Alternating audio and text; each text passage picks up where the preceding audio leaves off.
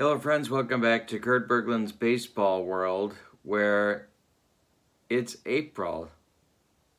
I'm even going to say it's mid-April.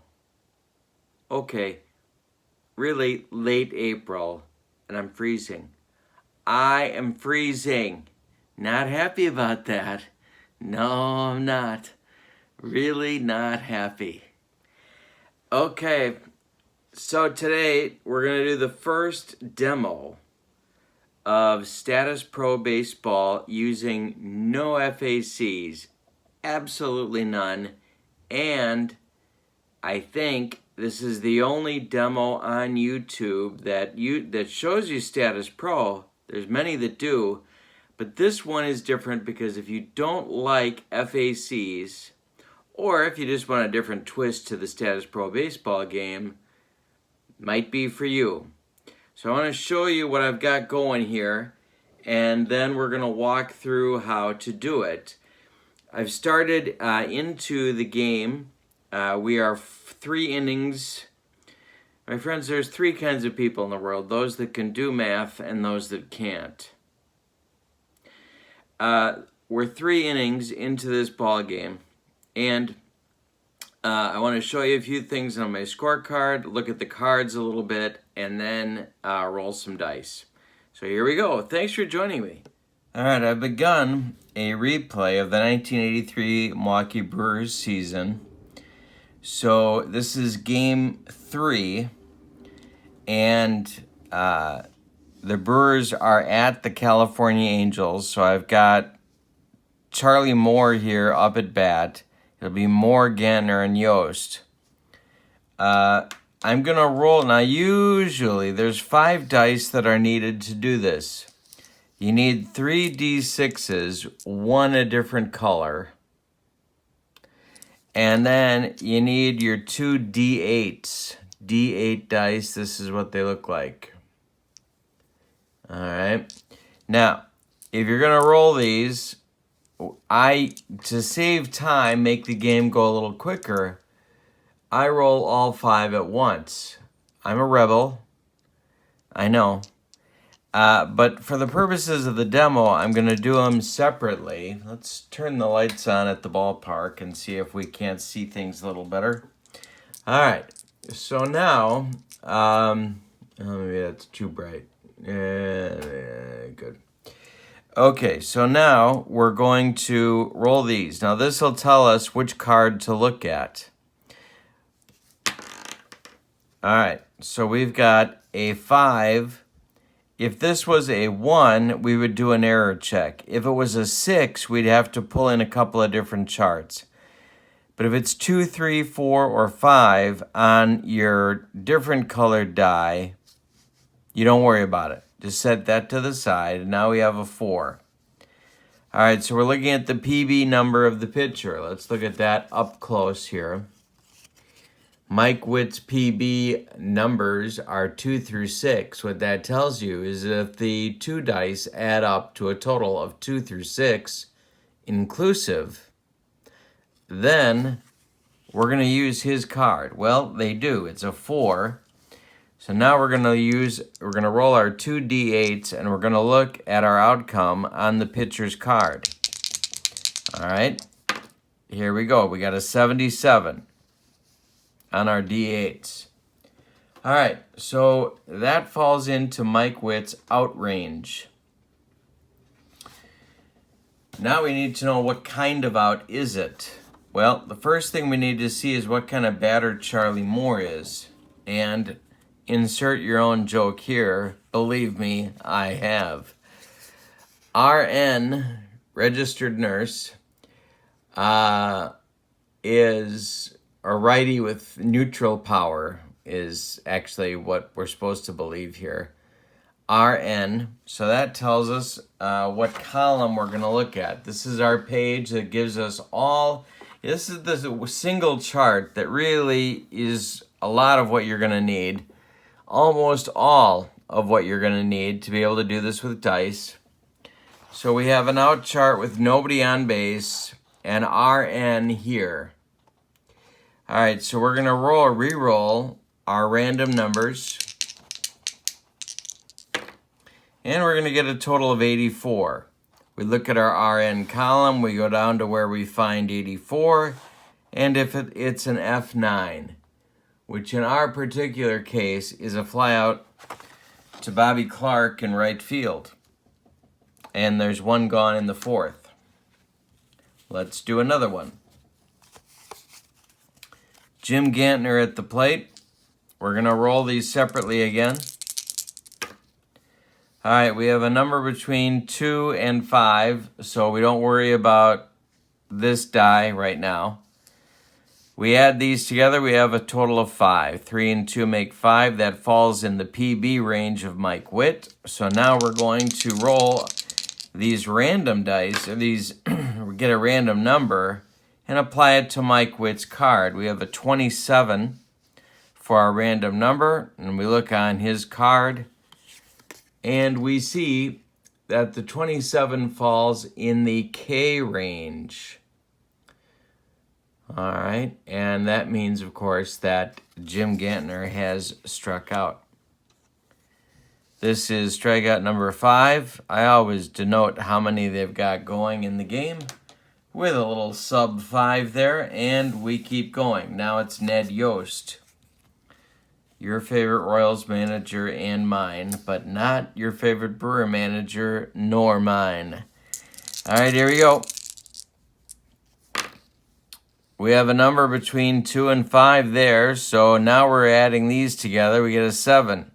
We look at Witt's card, 2 through 6. No, it's not a 2 through 6. So we know we're reading the random number off of Ned Yost's card. And we rolled a 51. A 51 falls in Ned Yost's out range. Yost is an RP, which I guess means power. Right-handed power hitter. Try and say that with a straight face. And we're going to roll these dice. We get a 51. So we have an RP. We're looking down here with a 51. And it's a ground out to short. And that will retire the side in the Brewer fourth. So we keep going. Now we bring out the Brewer pitcher, Jerry Augustine.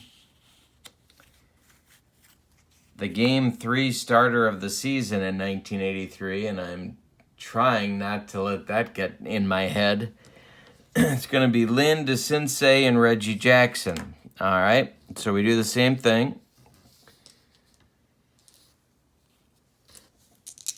Except we notice that if we look at Augustine's card, we have a 2 through 5 range here. So instead of Witt's 2 through 6, Augie's is 2 through 5.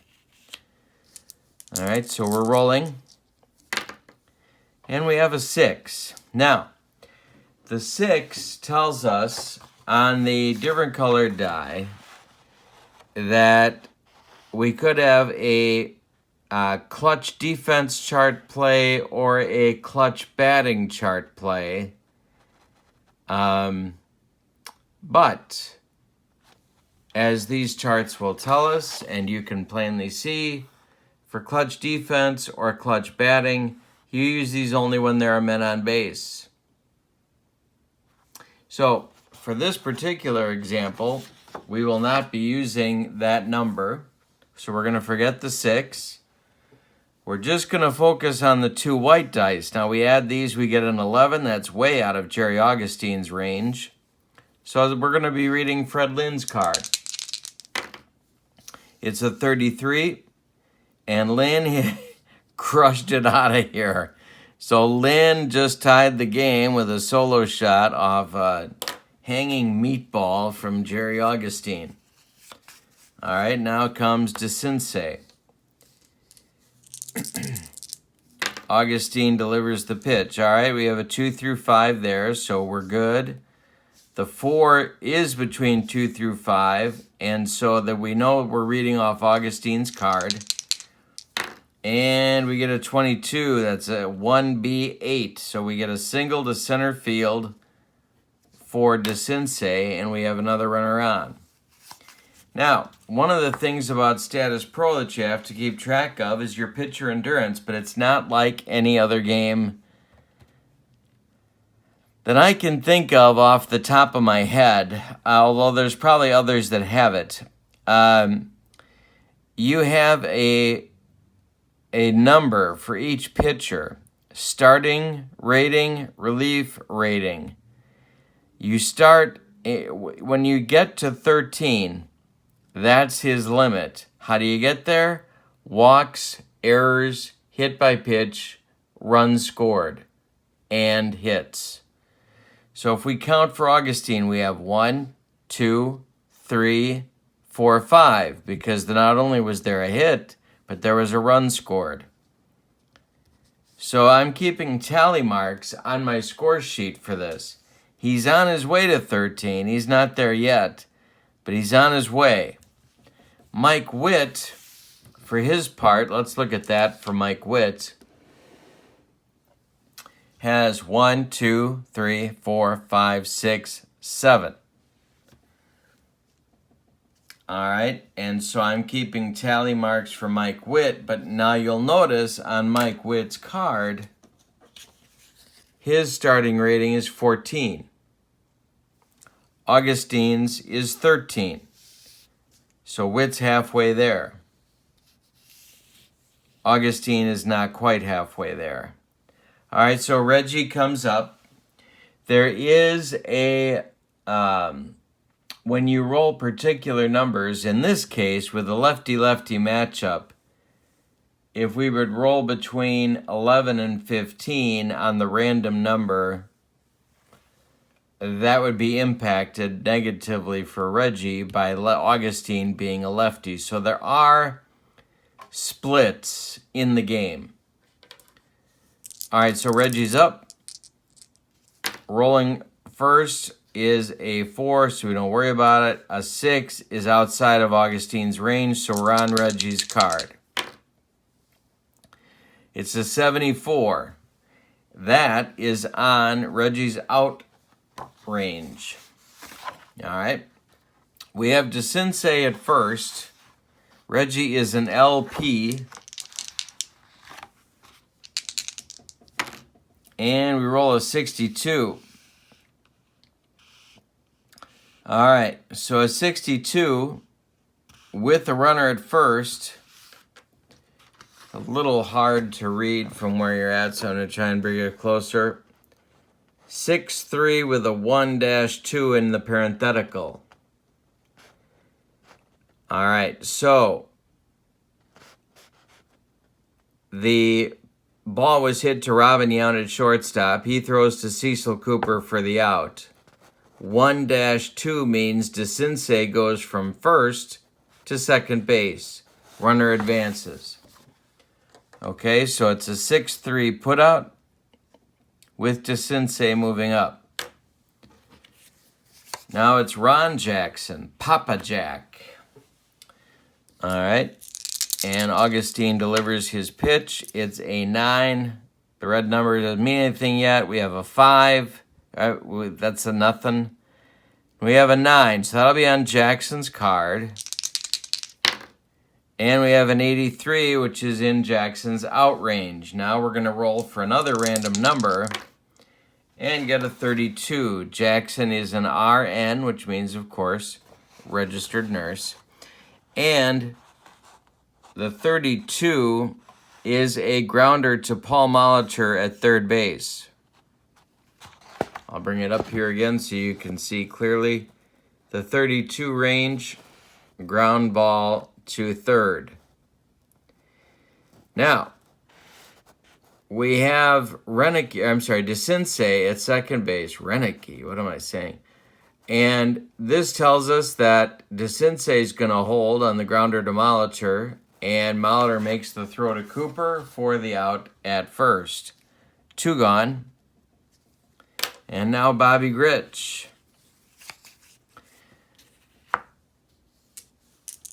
So you can see that if I was rolling all 5 of these at once, things would be proceeding much more quickly. And if I wasn't doing so much talking, which is probably confusing you more than anything, it would go more quickly as well.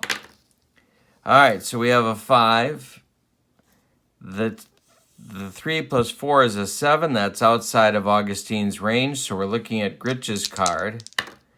And we get a 26. Now, Gritch corked this one. It's a double to center field. All right, so he's around first heading to second. DeCinces scores, and it's 2-1 Angels. We give Gritch an RBI. But two things have happened here. We have a run scoring, and we have a hit from Gritch. So we go 1, 2, 3, 4, 5, 6, 7, just to double check. Augustine's up to 7 reductions. We don't notice anything on his card until he gets to 14. Once he gets to 14, then his card doesn't matter. Everything is off the batter's card, and obviously you don't want that if you're the Brewers manager. So, with that, Gritch is at second with 2 outs, and now we have Tim Foley. I want to get to an error check, so hopefully I'll roll a 1 here, or maybe a 6. Okay, didn't get those, but we did get an 11, which tells us we're looking at Foley's card with our random number, and that's an 11. All right, now,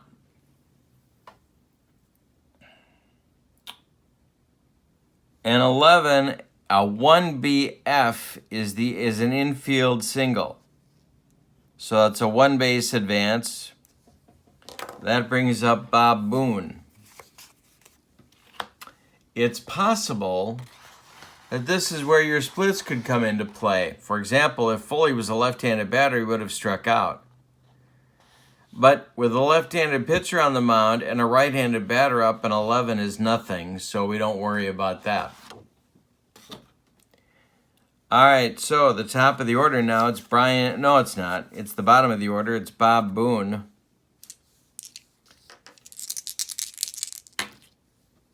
And we get a 1. So we do have an error check. This is perfect. All right, so we have an error check. We have an 8, which is outside of Augie's range. So it's going to be off Boone's card. We get a 15, and Augie's troubles continue. So that will be a single, which scores Gritch. And Foley can go to third, but you don't make the third out at third. So I'm going to show you how the base runner advancement works. I'm not going to do it, but I'm going to show you what the probabilities would be in case I would want to. All right, so the first thing we're going to remember, though, with this 1, we do have to do an error check. So that's not beyond me here. We got a 15, which is a 1B7, so it's a single to the left. That's to Ben Oglavi. Now, we need to check 2 things to decide if Foley should go to third. We have a first to third on a single to left situation. This is my runners advancing on base hits chart. First to third on a single to left. Now, Foley's OBR is a C. So we look here at a C, but now we're not done because we need to know Ben Oglavi's throwing arm. So we very quickly turn to Oglavi's card, and his throwing is a T3. All right, so we have a T3 with a C base runner. C and a T3. So what that tells us is that if I wanted Foley to try and go to third, his safe range would be between 11 and 42. Remember, these are D8 dice. So the total range is 11 to 88. Well, with 2 outs, getting to third base just doesn't mean that much. So I'm going to have Foley hold at second. So Foley is there.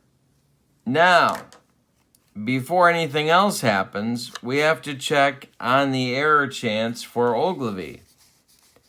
The error chance for Oglavi, he is an E2. So, we come back to our original chart and we look at our error ranges. And it's down here. And E2. Errors for any player. You start with 11 and you go to their number on the right. So an 11 to 16 for an E2, those are all errors. Not an error if I roll between 17 and 88. Then, if I do roll between an 11 and a 16, this chart tells me with another roll what kind of error we just made. There are 5 kinds of errors. They're all spelled out on the chart. It's very easy. You just need a second random number and it'll tell you which one it falls into, in this case, for Oglavi. All right, so let's see how we do. If it's between an 11 and a 16, Oglavi boots it in some way, but he doesn't. It's not. And so he gets the ball back in cleanly. But Jerry Augustine continues to have problems. 1, 2, 3, 4, 5, 6, 7, 8, 9, 10. He's up to 10 batters, 10 reductions. He's got 3 points left.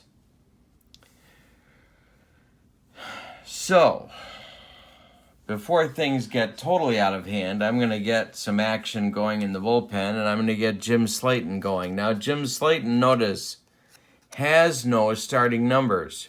He had no starts in 1983. He had 46 relief appearances. He has no starting numbers, so he cannot start. He has 11 relief numbers, which makes him kind of a long man. So, and of course, we know here Jim Slayton was a right-hander. All right, so he's starting in the bullpen. But now Jerry Augustine's problems aren't over. We've got Brian Downing at the plate. So Augie's going to make the pitch. And we're going to have another error check. This does fall into Jerry Augustine's range of 2 through 5. It's a 3. So we're going to roll our 2 random dice, our D8s, and uh-oh. So now we have a 14. That's going to be a single to left. But it's on the pitcher's card. Now, I don't know if I said this before when we had this happen before. I can't remember. I may have messed up. But any single on the pitcher's card, the runners go 2 bases. So Foley's going to score from second. Boone's going to go to third. And it's an RBI for Downing. 2 more marks against Augustine. It's now 4-1 Angels, and Bobby Clark is coming to the plate. And if you're a Brewer fan, you get down on your knees and say, "Thank you, Jesus." Oh, my God.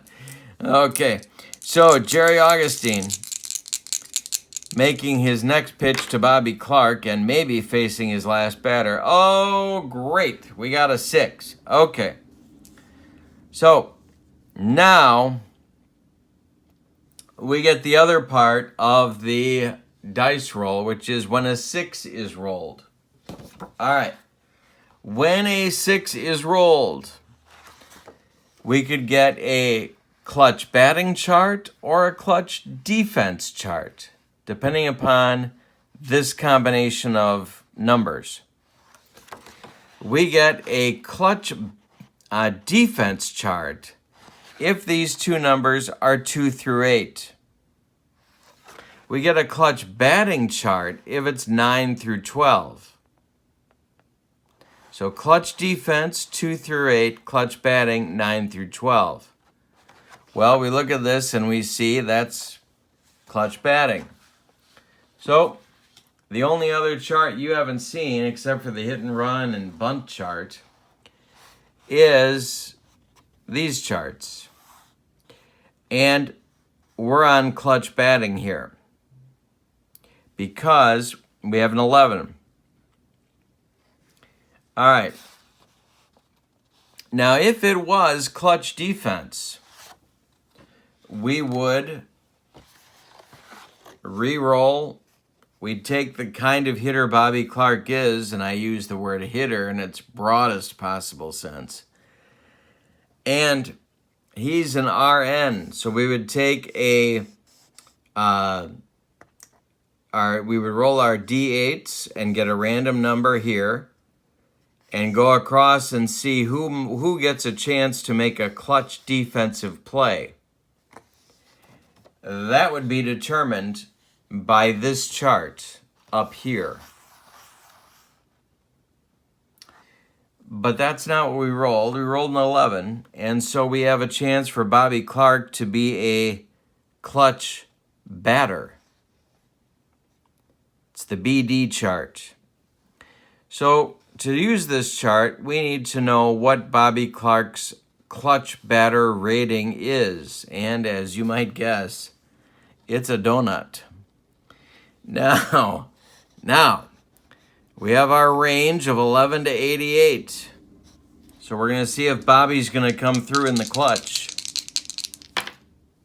We rolled a 57 for a 0 batter in the clutch. We rolled a 57 and we see no action occurs, return to normal play. So nothing special happens and we re-roll. Here's our pitch from Augustine to Clark. It's a 10, that's outside of Augie's range. So Clark's gonna get a whack at it. He gets a 67, and a 67 is in his out range. So we're gonna re-roll. We have runners at first and third, so eventually we're gonna look, now we're here, we're back, first and third back, or first and third in. We have an RN, and we rolled a 48 on our RN. Ground ball to short. First and third back, which is where they are, or in, but they're back. And so this would be a double play grounder if there weren't 2 outs. But there are, and so the putout is made at second base. Yount goes to Gantner for the force, and that will retire the side. The Angels get 4 runs on 1, 2, 3, 4, 5, 6 hits. 6 hits in the game, in the inning. All right, so we double check Augustine's endurance points. 1, 2, 3, 4, 5, 6, 7, 8, 9, 10, 11, 12. So he's at 12, and we've got them all accounted for. So if we come back here, we see that Augie is a pitcher that can start or relieve.